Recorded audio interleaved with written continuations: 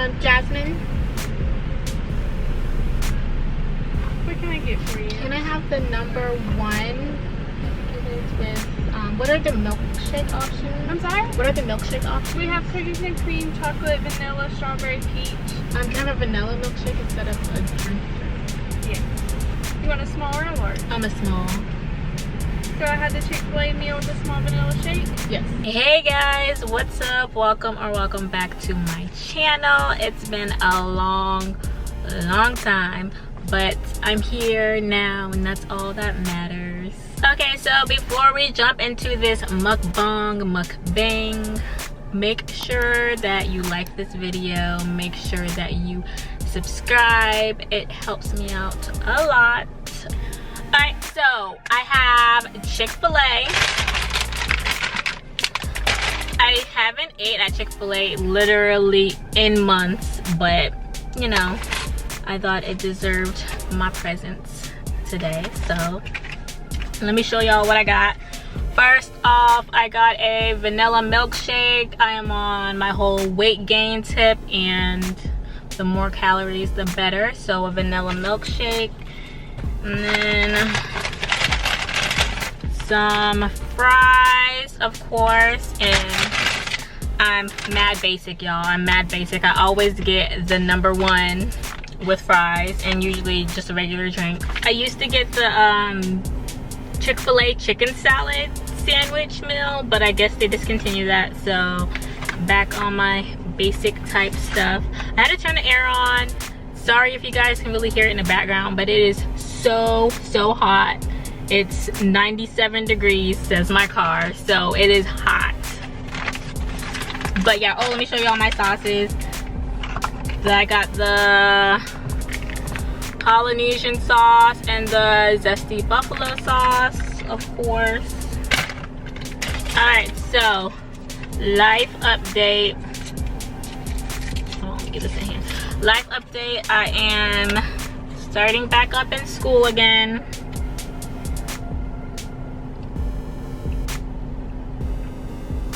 Yeah. I'm starting back up in school again for the fall semester. I took a break for summer semester, so I'm back at it. I go to UNF, the University of North Florida.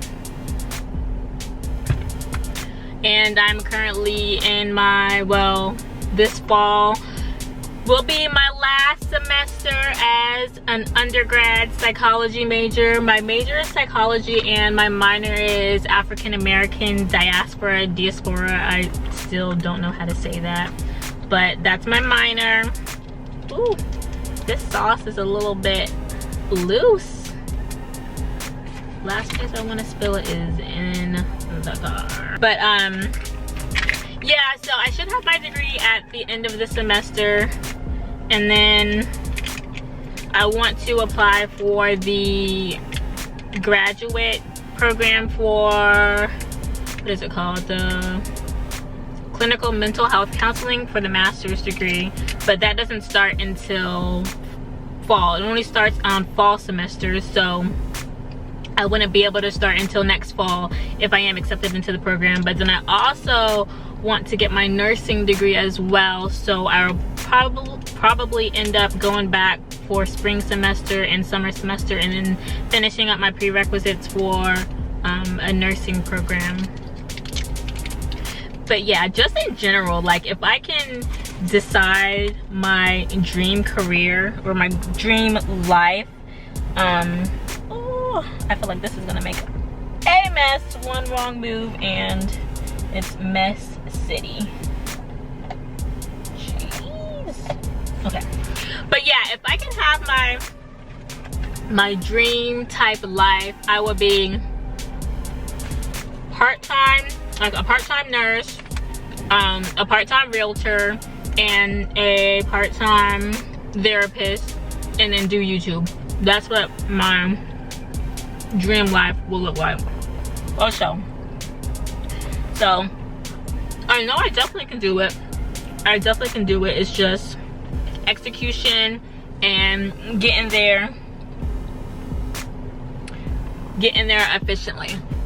So yeah, I really wanted to use this video just to like touch on certain stuff, and I just feel like for me it's important, mainly because of where I'm wanting to go in life, and just mental health in general is something that has become like a really big staple part of my life. So I just wanted to chat about it for a little bit. So for me, in school, spring semester, spring 2018, that semester was a very difficult semester for me to get through. Spring semester of 2018, that's when I first started acknowledging my depression and anxiety and all that. The person that I was with at the time actually mentioned that he thought I was depressed or whatnot, and that's when I acknowledged it. So there's that. And then mid 2018, that's when my depression and anxiety and stuff started ramping up. And then towards the end of 2018, that's when my depression just like exploded. It was so freaking bad. So bad. Whoa. So bad. And I don't want to give specific details because I don't feel like it's really necessary. But I will say that a large chunk of my depression came from me basing my life around the person that I was with. That's where a majority of my depression came from. And you know, it's not like I was with this person for, you know, a couple months and it ended and, you know, get over it type stuff.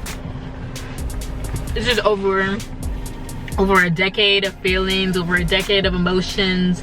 This is a child added in, so it was a lot. And then I think my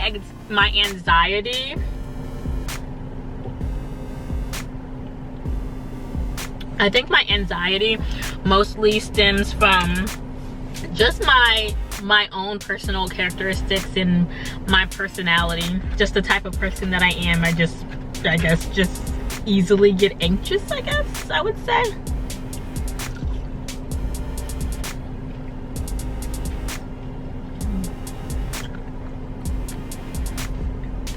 Oh my gosh, the Chick-fil-A is so good, y'all. And I didn't eat breakfast this morning. It's 1:30 in the afternoon. I didn't eat breakfast. I didn't eat any snacks, so your girl is hungry. So how I cope with my depression. I basically cope with my depression by focusing on my happiness. That's something that's really big to me these days, my happiness. I make sure that every single day that I do at least one thing that's geared towards me being happy. And that can be something as little as getting my nails done, which I need to get my nails done. My nail lady, she had a baby, so she took like some maternity leave, but she's back now, and I love how she does my nails. I love it. The nail trapper, she is so bomb. So I need to set another appointment with her. But things like getting my nails done, us girls, we know, like most of us, when we have our nails done, it just turns us into a different person. It's like you're that bitch when your nails are, especially like when you got acrylics. What? You can't tell me nothing. What you got to say? So having my nails done, it really does help with happiness. Let me see what else. Just self-care in general. Working on my goals. That does. Cleaning. I'm happy when I'm cleaning, so cleaning, that helps as well. And not surrounding myself with things that I know is going to make me unhappy. So just like, for example, if I'm driving down the road, I got my iPod, my iPhone. I got my iPhone plugged into the car, and you know, going through my playlist, and a song comes up that I know is gonna make me like sad or feel some type of way. Like, for example, Triggered by Janae Aiko, Karma by Queen Naija, just stuff like that. When I hear those songs come on, oh, I just immediately, it's like, you know how when you hear a song come on and you can tell right when it starts if it's gonna make you feel some type of way or put you in some kind of mood.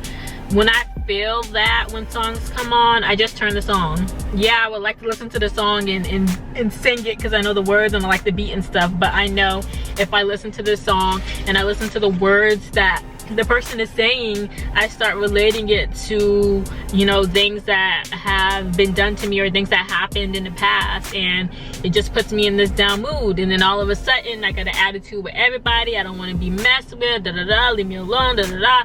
So just to cancel all that out, I just skip over songs like that. I stay away from negativity. I don't pay attention to toxicity type stuff, just because I've learned myself and I've learned, you know, what my triggers are and things that can really set me off. So if I, you know, label that for what it is, I'm able to basically say, okay, I know what this is, I know what this is gonna do to me, so let me pull myself back, you know, take a chill pill, whatever it is that I need to do to pull myself from a situation and keep my mood in a positive way. Now, does it work all the time? No, but majority of the time it does. And when it does and I realize it does, it feels so good. So yeah,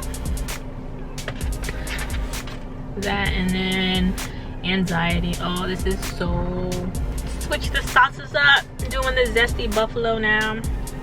It's really hard to eat and talk in the car, but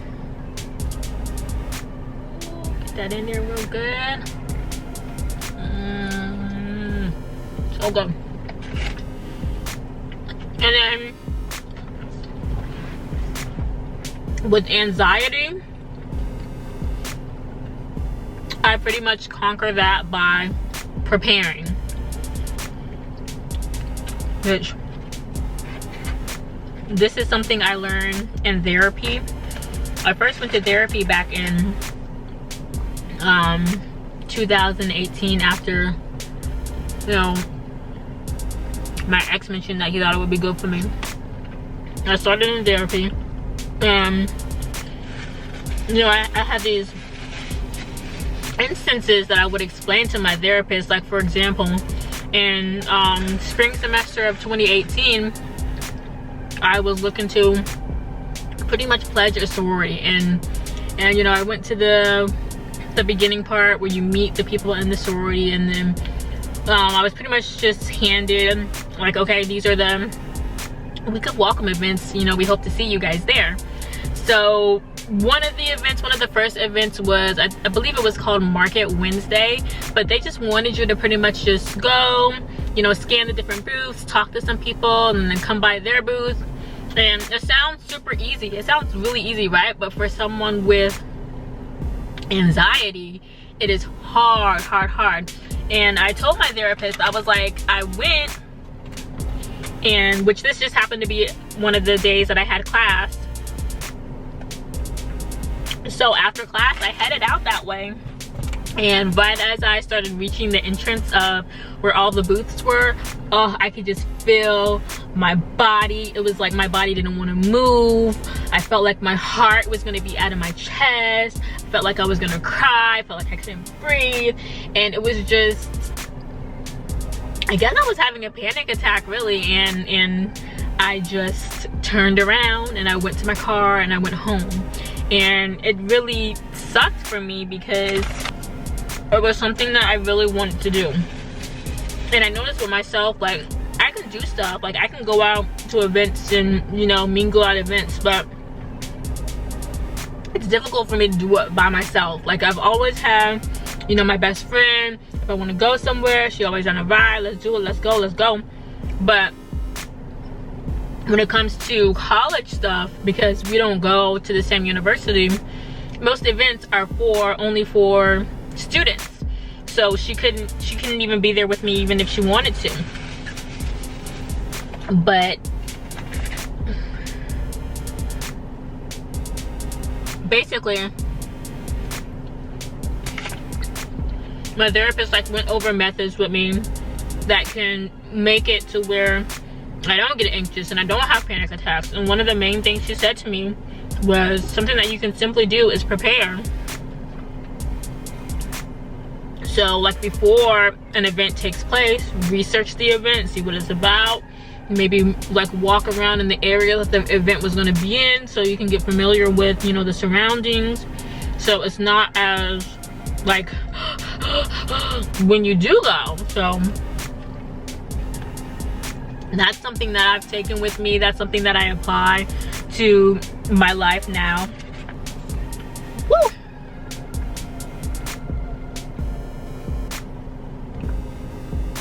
And I just want to basically end this by saying that with depression and anxiety and things like that, it's forever a work in progress type thing. The most important thing is having the resources, having the knowledge, having the know-how, basically to pull yourself out before you get deep like you know you can get, and basically just knowing that you're not going to go back to where you were. And with that, I'm going to finish up this food and continue on with my day. I hope you guys like this mukbang, whatever it's called. And I hope you guys liked getting to know a little more about me, I guess, I suppose. But just make sure you show your support by liking this video, subscribing to my channel. It helps me out so much, so much. Comment down below if there's any other videos that you think that I should do. But yeah, I think that's it. Thank you guys for watching, and I will see you in the next one.